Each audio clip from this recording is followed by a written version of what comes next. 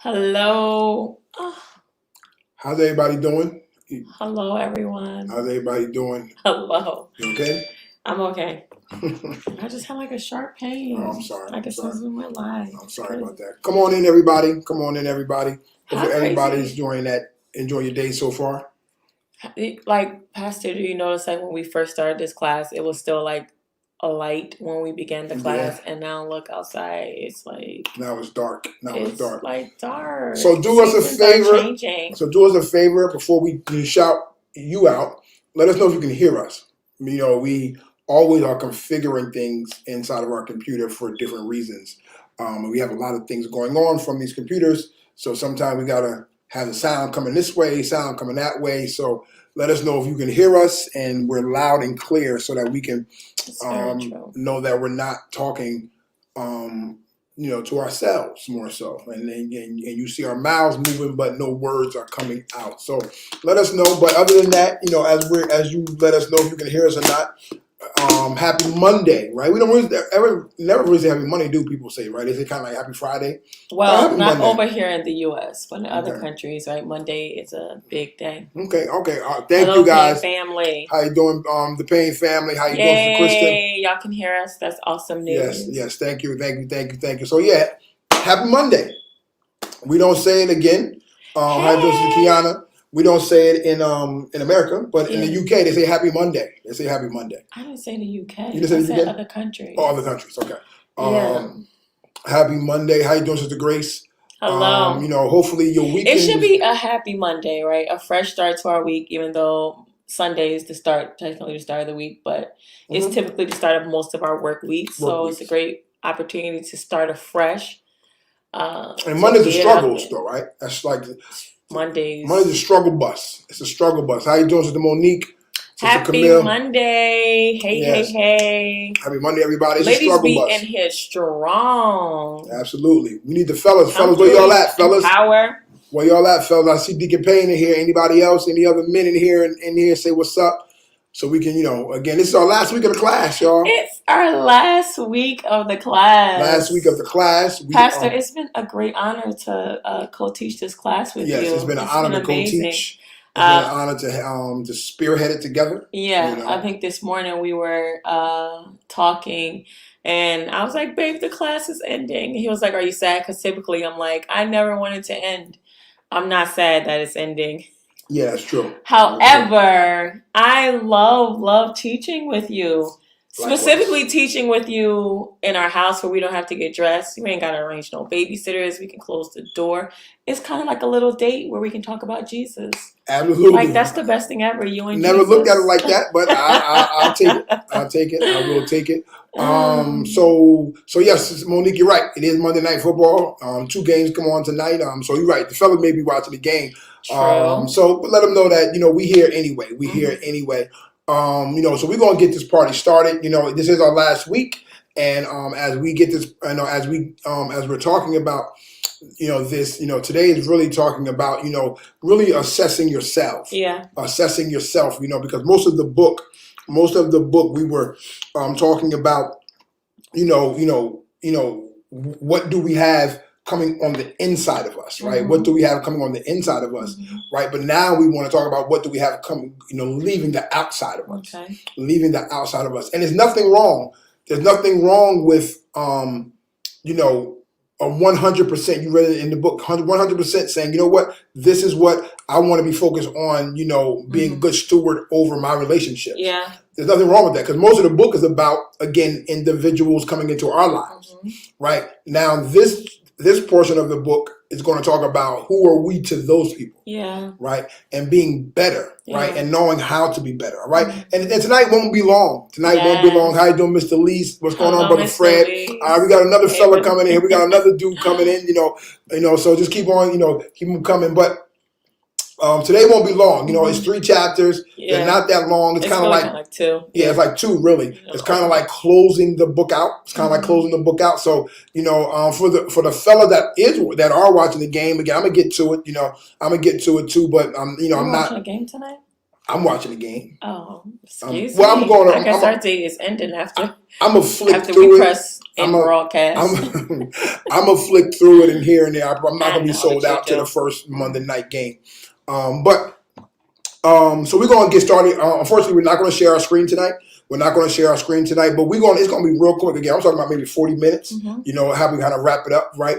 So the first the chapter that we're going to deal with in part 4 is assessing your relationships. All right, assessing your relationships, and the chapter that we're going to deal with is entitled "What Kind of Friend Are You?" Right? What kind of friend are you? So many times, during this book, we've been dealing with what kind of people are they, right? Are they a good friend? Yeah. Are they a good acquaintance? Assignment, whatever it may be. But no, now the question is, what kind of friend are you? And simply, real quick, there are 3 types of friends we can be. Yeah. There are 3 types of friends we can be. Listen to this. We can be the friend we like to be, the friend others want us to be, or the friend God needs us to be, right? Okay, so real quick, what kind of friend are you? 3 types. We can be the friend we like to be, the friend others want us to be, and the friend that God needs us to be, right? So this is hopefully you can really ask yourself again to those real serious relationships that you have, those friends that you had since grade school, since college, those friends that are really tight with you. What kind of friend am I? Listen to this. Most of the assessments, again, we do outward. That has been focus of this book thus far. We are assessing others and determining what kind of friends we actually want. This is 100% okay. External assessment is not evil. All right, so there's nothing wrong with doing external, but now we're going to do an internal assessment, right? An internal assessment. So then he goes into start talking about what kind of coworker am I, right? Or what kind of coworker am I looking for? Am I the supervisor that the person I want? Am I the supervisor that I want to supervise? That I want the people to supervise every day. So am I that person? Right, the person that I'm looking for, am I that same person? Right, am I that same person? All right, everyone wants a great team, and everyone wants a team full with stars. We all want to work with people who are capable and competent. One of the things that surprised those who took part in the discussion, this is something that they was talking about at his conference, was that it was hard to get great people to want to work with you and for you if you don't become the kind of leader great people want to work with and for you. Can I just go back real quick? Because I think that this was super important. I know this is your chapter. But what is it? Under the first chapter, subtopic, it says, what kind of friend are you? And the last paragraph in that topic, it says, Andy Stanley, in a message on singleness, posed this self-reflective question. I'm going to read it slow because it's kind of worded interestingly.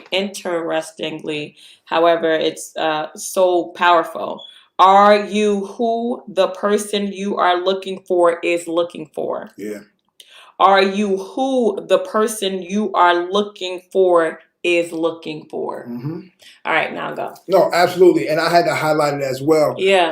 And again, are you that person? Yes. Right? Are you that person? We gotta, again, that's first before I look at them, I gotta look at myself. Am I that person that I'm looking for? Like, say what? Am I that person I'm looking for? So real quick, and we always say this to people, and that was a single book. Yeah. But again, the question got to be when we're even trying to date, would you date you? Like you asking for somebody to have a 6-pack. Like, sis, bruh, do you have a 6-pack? Yeah, exactly. I'm just saying. No. Yeah, so I got to now ask myself those questions. Am I that person I'm looking for? Yeah. Am I that person I'm looking for? And if I'm not, is that fair? Yeah. If I'm not, is that fair? I'm not that. So why would I, I want my friend to be this, but I'm not even that. Yeah. I want my friend to have that, but I don't even have that. Again, why would that wouldn't even be fair? All right. So then he goes and talk about, once again, being at his conference and talking to individuals about leadership and about building a great team. But then he started saying, you know what? He always had a great team at his church. But he said, you know what? We need a little bit more. We need a little bit more. But even in that little bit more, he started to consider, am I that person? right? Am I that leader, right? I was considering the type of people I was praying for. And I had to ask myself a very difficult question. Am I the type of leader that they would want to follow? Yeah. Right. So I need a different type of people. I need a certain person. I need a certain super to take us to the next level. But the truth of the matter is, let me first ask myself, am I that type of person that they're looking for? Yeah. Right. Am I that person that they're willing to take lead from? Right. In every sphere of relationship, this principle applies, meaning self-assessment. Excuse me. Is especially true in friendships. We must continually ask ourselves again and again, am I the type of person I'm looking for? Because it says here in the Bible, it says in Proverbs 18:24, a man who has friends must also be friendly. Right. And that's something, if you've been at the well for a while, you probably heard Pastor or I refer to that scripture when people say, well, no one is talking to me. And we're like, well, do you engage others? Are you seeking, interaction with others? Because we believe the Bible to be true. And that's one of the scriptures that we quote often. Yeah. One person, a person who has friends must first find themselves friendly. Yeah. No one wants to talk to someone who is not friendly, who doesn't appear to be warm, right? Yeah. What does your face look like? I know I myself struggle with that face. Yeah. But you have to make sure that you are putting yourself out there to get what it is that you want to receive so badly. Yeah, exactly. You got to put yourself out there. And again, he who will make himself friendly has friends. Why does he have friends? Because he's friendly. It's like really the law of reciprocity, right? That's the thing that I put out is the thing that I got back. Yeah. The thing that I put out there is the thing that I got back. So we want to, you always want to ask yourself, what am I putting out there? What am I putting out there? What am I giving? What am I getting? Because the thing that I'm giving should be the thing that it should be the thing that I'm getting. Yeah. Because that's what I'm putting out there. Yeah, right. Absolutely. All right. So again, and Sister Monique said sometimes we want more than we put out. And it's so true. And I don't even think we're always conscious of it. We don't even realize it. We don't realize that we're asking from others what we sometimes aren't even willing to do ourselves. And if we pause and have the honest conversation, then maybe we would change the expectation that we have of others, or maybe we ourselves would be willing to step up, to give better, to do better, to be better for others in our life. Yeah, and we have to be intentional because again, as EP said, it can just happen without it even realizing it. But again, it's just like the right person to check you on. Yeah, or just kind of, and the right person would say, "Would you do that?" Yeah. Are you doing that? Yeah. Or are you doing that? All right. So the next section is self-assessment makes us better for others. Again, we were created for more than self-pleasure. We were created for more than our own happiness. The truth of the matter is that the people who live their lives in pursuit of only pleasure and happiness usually find that it always eludes them. Right. The person who's always seeking for happiness and pleasure always finds that it always leaves me. You'll never find fulfillment until you find your purpose. You'll never find your fulfillment until you find purpose. And your purpose is going to be found making unique contributions to the lives of others. All right. So again, in self-assessment, it makes us better for other people. Right. When I self-assess myself, it makes me better for other people. So that I can air quotes serve them better. I can be better for them. Right? I can serve this role in a better way. I can be a better friend to you. When I assess myself and ask myself, what kind of friend am I? And when it comes down to it, I realize, you know what? I can be a better friend. Right? All right. So let's get to these 3 types of friends, and that's really basically the whole chapter, right? So really quick, what type of friend are you? Sometimes the friend we like to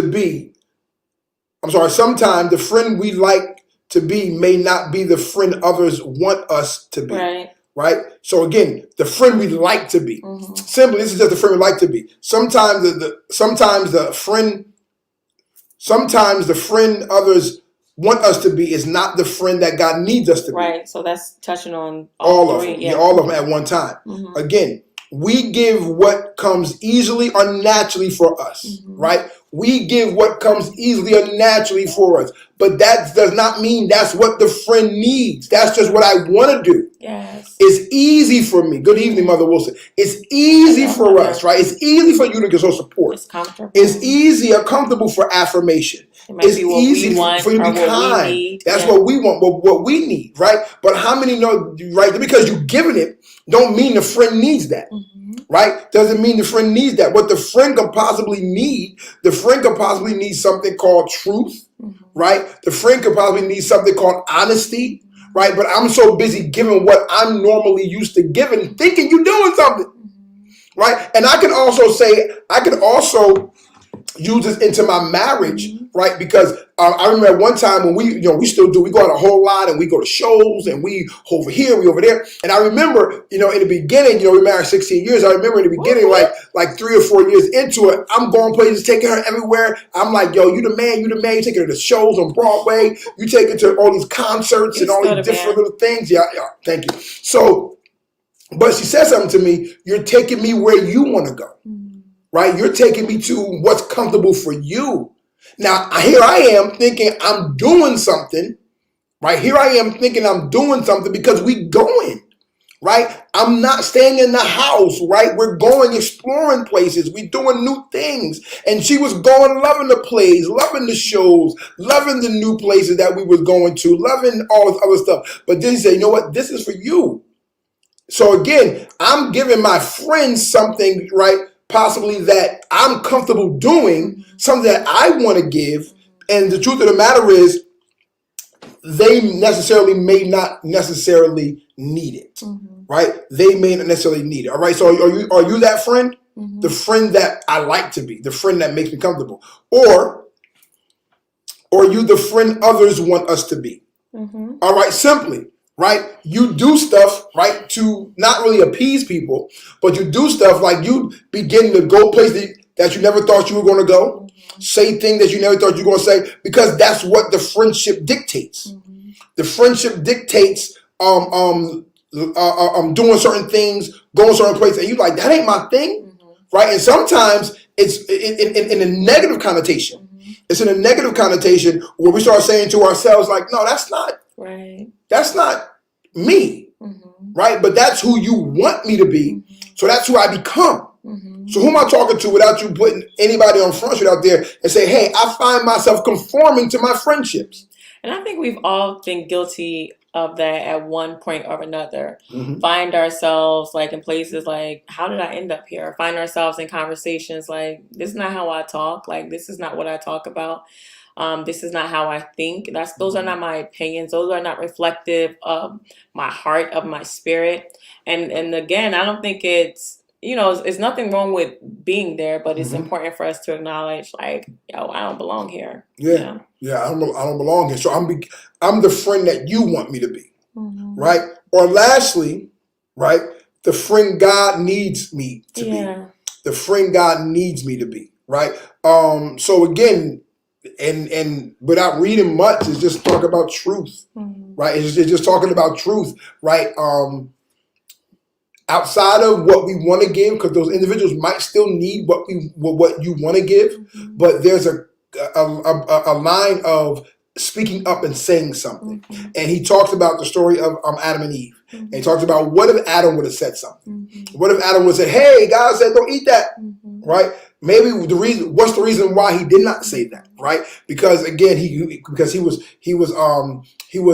afraid, right? Was he close enough to say anything? People may ask, like he wasn't in the proximity, right? But what if Adam would have said something? Where would we be today? Would Eve have listened?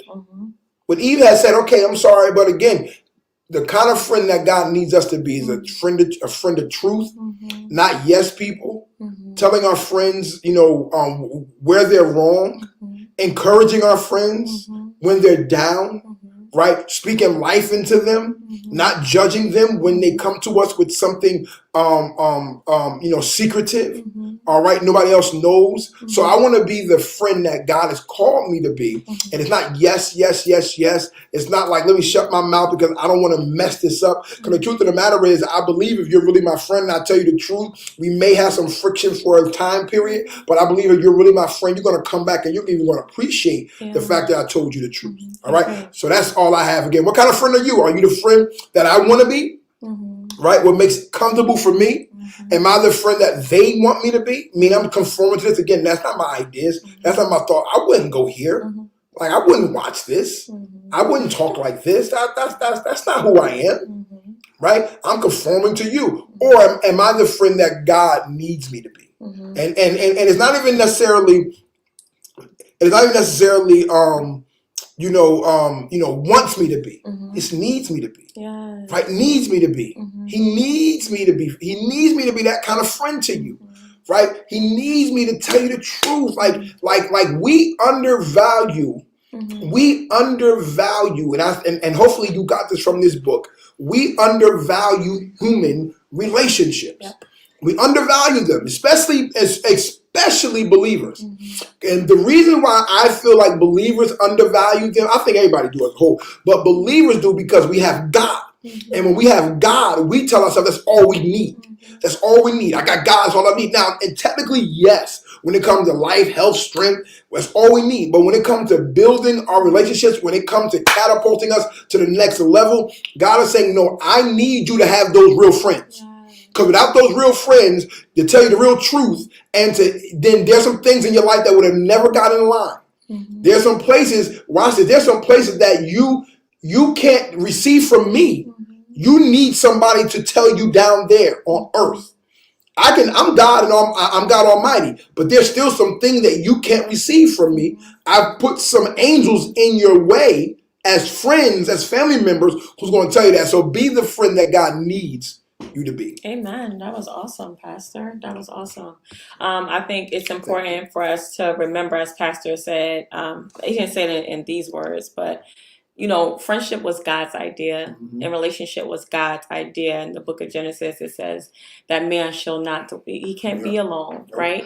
And so he created, obviously woman out of man, and that was the relationship of husband and wife. But guess what, guys? He didn't just stop there.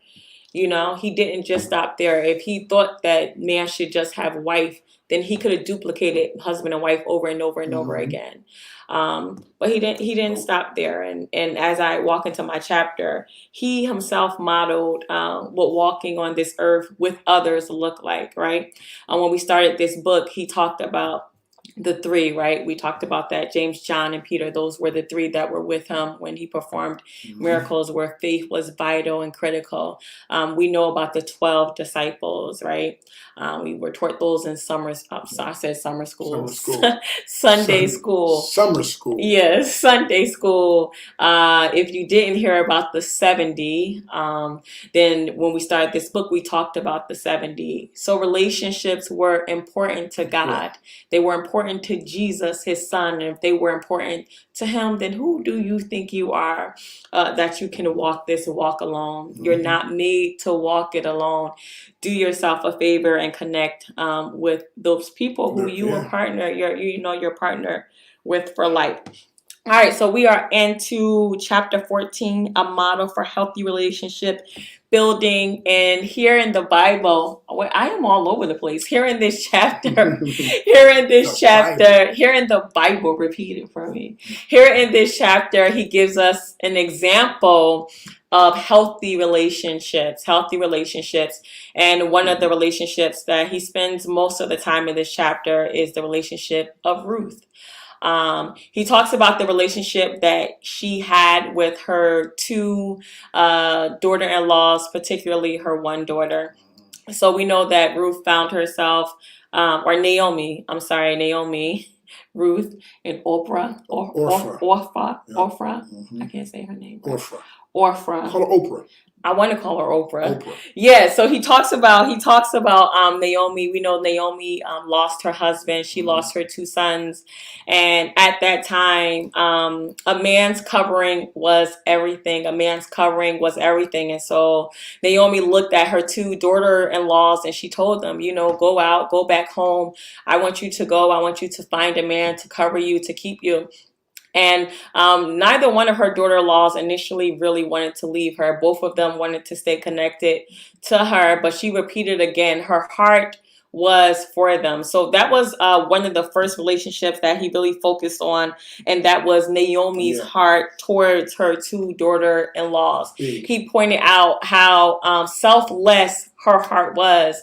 And he talked about oftentimes when we hear this preached or taught, we hear more so, I guess, the praise put on Ruth for her wanting to stay with Naomi. But we don't think about how selfless Naomi's heart was towards them. Like she could have, I'm sure she was lonely, right? She lost not just her husband, but she lost her 2 sons as well. So she could have said, stay with me, comfort me, help me, serve me. But her heart towards them was one that was towards their best interest. And he compared, we talked about assignments and advisors. He basically was saying that Naomi was probably an advisor to like Ruth and to her other daughter-in-law, Orpha. So that was the first relationship that he talked about, how healthy that was for her to be selfless and for her to think about her daughter-in-laws in that time. And then he talked about Orpha.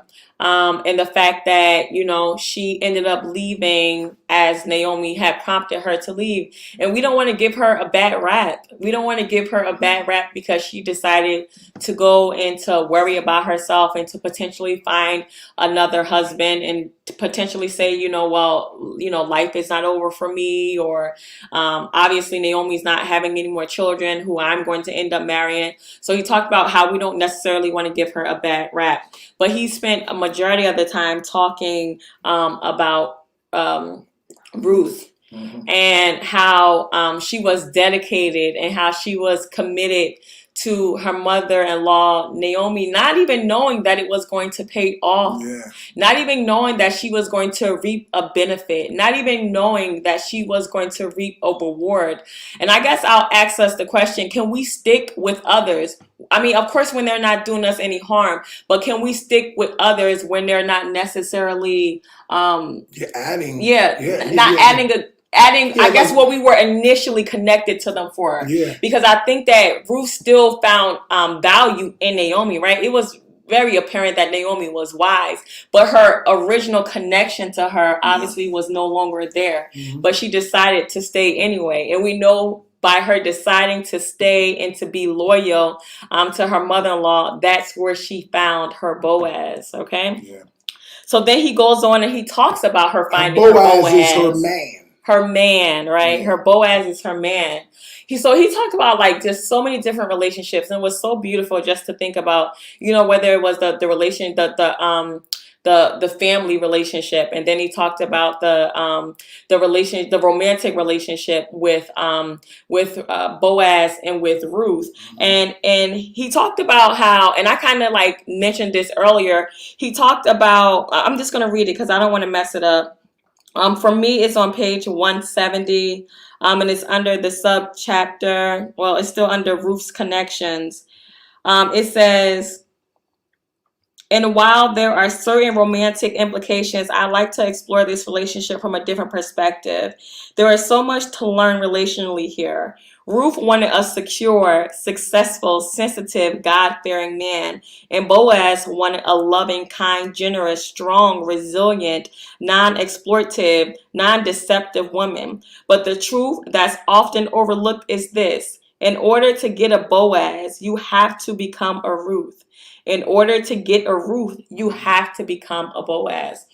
And I think that was like the main point of this these last 2 chapters actually, was, again, instead of us thinking about everything that we want from others, whether it's in a romantic relationship or whether it's in a platonic relationship, whether it's, an advisor or whether it's assignment. I think what this book is calling for us to do is to take a look within, to see if we are what we are asking for, to see if we are what we are expecting from others. So as we are building our relationships, as we are digging deeper, and as we are, stretching out wider, I just want to challenge us on this evening to say, like, are we who we are looking for? And if we are not, if we can honestly say, like, wow, I'm not the friend that I want others to be to me, or heck, I'm not the mother that I would want a mother to be to me. I'm not the wife I'm not the father that I'm not the father that I want that I want my son to be when he becomes the father. Yeah, don't stop there with just friendship, right? Look relationally, right? This book is entitled Relational Intelligence, and I know it talks a lot about friendships, but as I was reading this, I was like, wow, like, not just in regards to friendship, but in every relationship am I who I need? Am I who I want? Am I who I expect others to be to me? And if I'm not, and I'm sure all of us can pause and say, wow, in this area I might be, but in the next area I might not be. I want us to pause, right? We never want to just read these books to add it to our library or to just have more knowledge about this particular thing, but we want to make sure that we are applying these things to the different areas of our lives. So where we see where we are not, I'm encouraging us to say, wow, what can I do to be better? What can I do if I'm looking for somebody who is gracious to me, what can I do to be more gracious towards those who I'm in relationship with? If I'm looking for someone who is financially stable, I want to be in a romantic relationship with somebody who's financially stable, then maybe I got to get my finances together. If I want to connect with other strong women, am I a strong woman? If I want to be surrounded by people who are, the Bible tells us to be pursuers of peace. Do I pursue peace? Or am I the one who's always stirring the pot? And am I the one who's always starting trouble? Now, if you want to get around those individuals, but you don't have those attributes, then possibly they're not your friends. They possibly are your advisors, right? So, hey, listen, I want to get around strong women so I can become strong. Fine, but I don't think you can call them friends. You may have to call them my advisors, right? Maybe even associates, right? Because I'm not giving them what I want them to give me, right? And for me, that's just fair. Like, the word fair comes out of my mind and becomes to my mind so much. Like, if EP is asking the well to do something, right? It's just fair for us to do what we're asking you to do. It's just fair. Like, if we're asking everyone to sign up for Givolution, hey, find a place where you can serve, find a place where you can help out and give grocery bags or do whatever your case is, donate some food to the food drive. If we're doing that, isn't it fair to say, hey, we did it too? That's not, it's unfair if I'm asking you to do something and I'm not doing it myself. Right. So another thing, and again, we said we weren't going to be before you guys long at all. Another thing that he said that was so great is, like, are we the kind of people who can actually handle what we are asking for? Are we the people who can handle what we say we want from others? Are we the type of people who could handle what we are expecting for others? What do you mean, EP? I say, I want someone, like, he talks about how Boaz, obviously we know Boaz was wealthy, right? On the other hand, Ruth was not wealthy, but at the same time, could she handle someone who was wealthy? Could she ensure that she would not exploit him? Could she ensure that she would not use him? Those were the great attributes of Boaz. They didn't necessarily completely, like, mirror or match each other, but it was like, could she handle who he was? And then it says that Ruth was incredibly strong, and Ruth was incredibly, I think it said she was resilient and she was strong. So then he asks is, like, could you handle a person who is strong? Like, would you be intimidated by their strength? With their honesty, you want someone to be honest with you. Are you a person who could take honesty? Are you a person who can handle whatever it is that you are asking for? And if you say, you know what, maybe I'm not, that doesn't mean that it has to remain that way. It just means that that's another area that you potentially need to grow in and another area that you need to work in. Absolutely. So just again, he closed out and he just wanted to leave these two examples. It was the example from Ruth. Ruth is a very short book of the Bible. I believe it's just 4 chapters. You can read through it and you can see the different relationships that he talks about. Again, you see the relationship between Naomi and her 2 daughter-in-laws. You see the relationship that happens when, one daughter-in-law leave, and the relationship between Ruth and Naomi continues to like grow and build. And you see the relationship between Boaz and Ruth, those different relationships. And then he closes out, and he always has to close out and mention Jesus. How could you not mention Jesus? And again, he talks about the healthy relationships that Jesus had with his 3, with his 12, and with the 70, and of course with the others. Absolutely. And again, and the last chapter that we're going to really talk about today is how's it going. And we're going to end that real quick. And the reason why it's so important to have self-evaluation is because we want to make sure, how can I help you with your issues? If I have my own issue that I'm not even dealing with, I'm ignoring. Right? Jesus Christ says that. He gives the parable, gives the illustration, gives the story about the man saying, hey, listen, before you begin to take the plank or before you begin to take the speck out of my eye, look at the beam in your own eye. Right? So again, that's why we got to self-evaluate, because who want to be healthy for people? Right? I want to be healthy for people. So I want to, and if I'm going to be healthy for people, then I got to evaluate where I'm unhealthy at, right? Where I'm unhealthy, because again, multiple reasons. Me bleeding into your life, right? How can I effectively help you if I got my own issues, like my own deep issues, right? Of course, we all got our stuff, but again, there are some things that we're not even addressing, right? So you need to address your stuff, because the truth of the matter is, many of us can doctor people, but we can't doctor ourselves, right? Many of us, we can diagnose people, but we can't diagnose ourselves. I think like that's the case in every profession, right? They say like doctors are the worst patients. You see hairdressers, Mr. Lisa, I love you. I know you're an exception. Yeah, but it's like hairdressers, their hair never done. They never want to do their hair. It's like it's easier to work on other people than it is to like work on yourself or to be worked on. Yeah, that's kind of what I don't know what they say about pastors, but nonetheless, maybe we don't preach to ourselves, right? Maybe we preach to people. And y'all supposed to preach to yourself. Yeah, I know, right? But maybe we don't preach to ourselves. Maybe we're so busy trying to get words for everybody else that we're not getting a word for ourselves, and that may be true, right? That could be true. That could be true, because I'm so busy getting a word for people that I'm not trying to get a word for myself. I'm so busy trying to study the scriptures for a sermon. Right, for a sermon, that I'm not even reading scriptures for myself to say, God, what do you want from me, right? I'm so busy trying to say, y'all need to, but what do I need to do, right? So again, you gotta be worried about that plank in your eye, right, and versus the speck in your brother. So I gotta self-evaluate, what's this plank, right? What's stopping me from being the friend that God's called me to be? What's stopping me from being the brother God's called me to be? The sister, the son, the daughter God's called me, the husband, the wife, right? But I gotta evaluate myself now. But I need for you to understand that yes, you have some stuff that you got to assess. You are not a perfect mom. And when you come back with that, that's what I was about to say. That's assessment is just a start. That's the start. If you come back with that assessment and you didn't give yourself A's all the way down the board, then you're not a perfect mom. You're not a perfect dad. You're not a perfect husband. Not a perfect wife. Right? Some things are not even excusable, meaning like, well, I did it because they did that. No, listen. I think it was Michelle Obama who made that. Hey, listen, when they go low, we go high. Right. So again, I understand they did that, but that doesn't give you the right to do that either, right? Because God's still looking at it like you're held accountable for your actions. So anyway, we pray that you got something out of this book. There's some tools at the end of the book.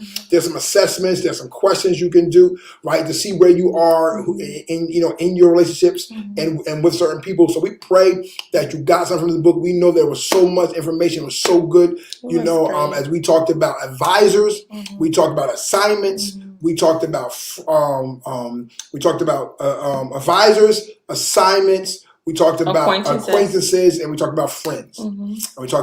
So we, at the end of the day, the book was designed to put people in their place, not in a negative way, not telling them off, not sucking our teeth and yelling at them. Nope. putting them in their place where they deserve, where they're supposed to be. Because we sometimes got to shift people around, saying, nah, you really not a friend, you're an acquaintance. Right? You're an acquaintance. You're not a friend, you're an assignment. Right? I got to know that, what, we're probably not going to talk about certain things. We're probably not going to go out like my other friends do. We're probably not going to do that. Right? And then there's some people that I hang with. I'm realizing you're really my advisor. Right? You're not my advisor. Again, I think I said I had a hard convo with somebody, during this actual book and didn't even realize that it was talking about like, hey, that's not where we are. That's not where we are. That's not where we are. If that happens, let it organically take place. But that's not where we are. That's not where we are. We're in a more so of an acquainted stage.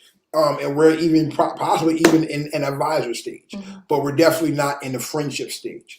Person received it well, but sometimes you gotta just tell it straightforward because especially when I'm not saying that was the case with this situation, but especially when someone is straightforward with you. Yeah, like we don't advise you to go out just telling people like you are this and you are that. No, well, two reasons: if they're straightforward with you, or if what you're doing is leading them on to make them think. Well, yeah, you have to check. So now I gotta say, okay, well, my bad.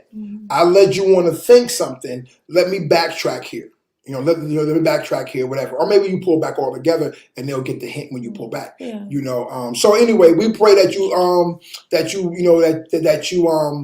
was blessed by this book. Yeah. That you knew, because again, the last thing I want to say is the reason why the book is so important. The reason why putting people in their place is so important because relationships are going to help us get to our destiny.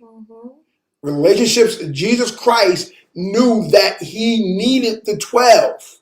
Right? If he was just going to get to the cross all by himself, there would be no reason for him to go around picking these fishermen, picking these ordinary men.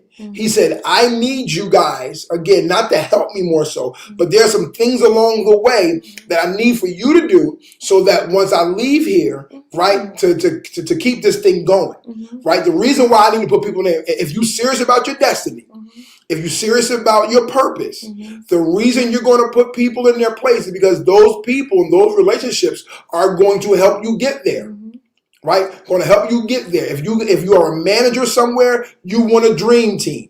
If you are a supervisor, you own your own business. Even if it's one other person on your team, you want a good dream team because you want to see your business flourish. And I feel like, business over business, just your life. You need people to encourage you. You need people to inspire you. You need people to let you know, like, yo, you can do this. You can get through this day. You can get through this tough season. You can get through this loss. You can get through this divorce. You can get through this setback. This and then telling you the truth about some stuff.